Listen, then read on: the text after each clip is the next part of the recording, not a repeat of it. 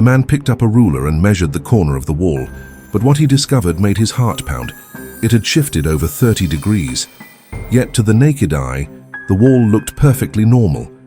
To test if he was imagining things, he rushed to the kitchen, filled a cup with tap water and poured it onto the floor. What happened next sent chills down his spine. The water split into two, as if guided by an invisible force. Disturbed, he grabbed his ruler again. With his daughter's help, he measured the distance from the wall to the living room exit, exactly 8 meters. But when they measured the same spot outside, something was terribly wrong.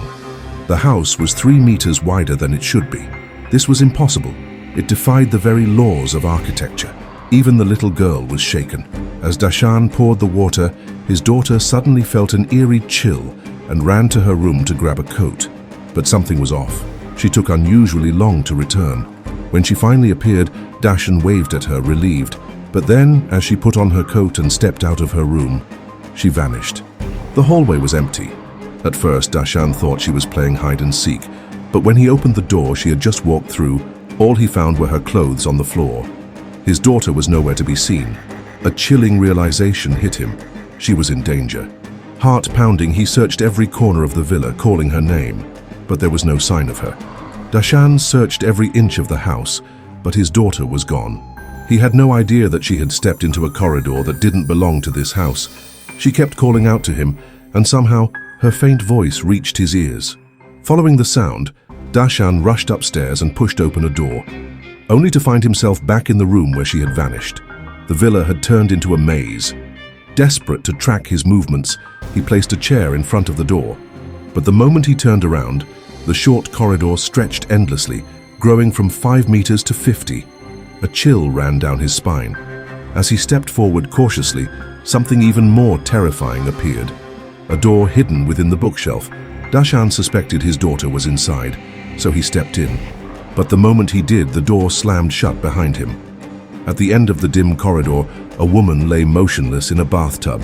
Just as he was about to speak, the woman suddenly twitched. At the same time, a chilling scream erupted from under a nearby table. Without hesitation, he kicked the door open, but instead of finding his daughter, he was back in the living room. The chair he had placed earlier lay on the floor as if nothing had happened. Then he finally spotted his daughter, trembling on the stairs but unharmed. Relieved, he pulled her into his arms, vowing never to let her out of his sight again. Still shaken, Dashan grabbed his phone and called his wife. No answer. He tried calling the store he had visited yesterday, but as the line rang, a deep unease crept over him. The store owner warned Dashan, "You can never leave that villa." He then revealed a chilling truth. The villa was once a church built to imprison evil souls. After it was demolished, a curse remained. Those with past sins could never escape. Before Dashan could react, a distorted voice echoed through the phone. His blood ran cold. Grabbing his daughter, he hurried to escape. Before it was too late, Dashan felt an eerie presence behind him, but didn't dare to look back. Gripping his daughter's hand, he hurried down the dark mountain path, desperate to reach town. After what felt like hours, a warm light finally appeared in the distance. But just as relief washed over him, his heart dropped. The villa stood right in front of them again. The realization hit hard. They were trapped. With no other choice, and the freezing night closing in, Dashan reassured his daughter, and despite every instinct screaming against it, stepped back into the cursed villa. Just as they were about to sleep, a sudden flash of white light startled Dashan. Someone was taking pictures of them.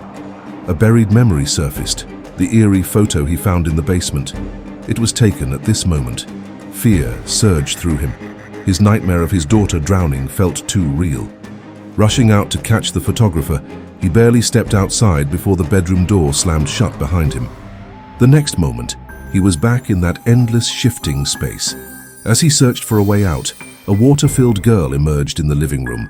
Before he could react, a monstrous hand grabbed him from behind, crushing his throat and forcing him to the ground. Dashan spun around, heart pounding.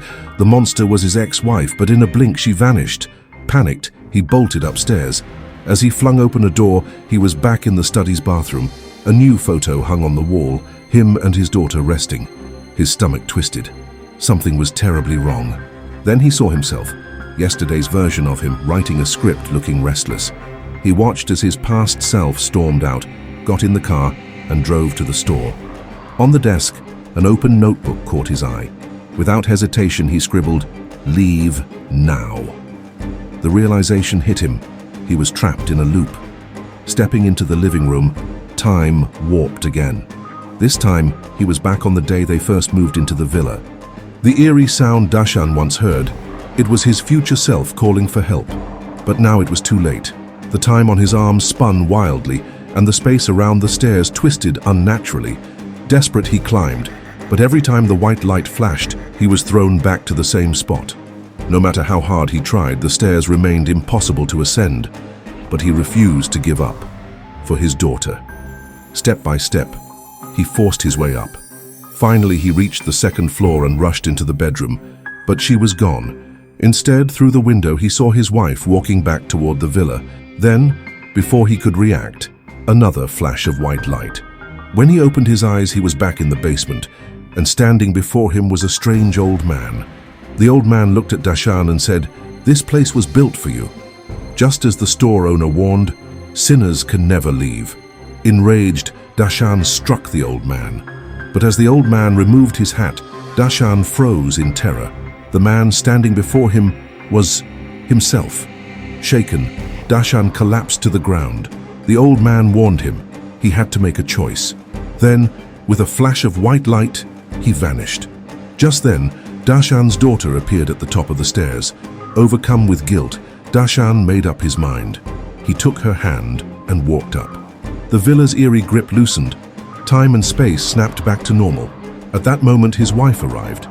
Placing his daughter in the car, Dashan turned to his wife and told her everything. Her face went pale with fear. It turned out that when Dashan's ex-wife was drowning in the bathtub, he just stood there watching. He didn't cause it, but he did nothing to stop it. That guilt bound him to this cursed place. With a final flash of white light, Dashan found himself back in the villa. He let his wife and daughter escape, but he could never leave. The house was soon listed for sale again. Who would be its next victim? No one knew.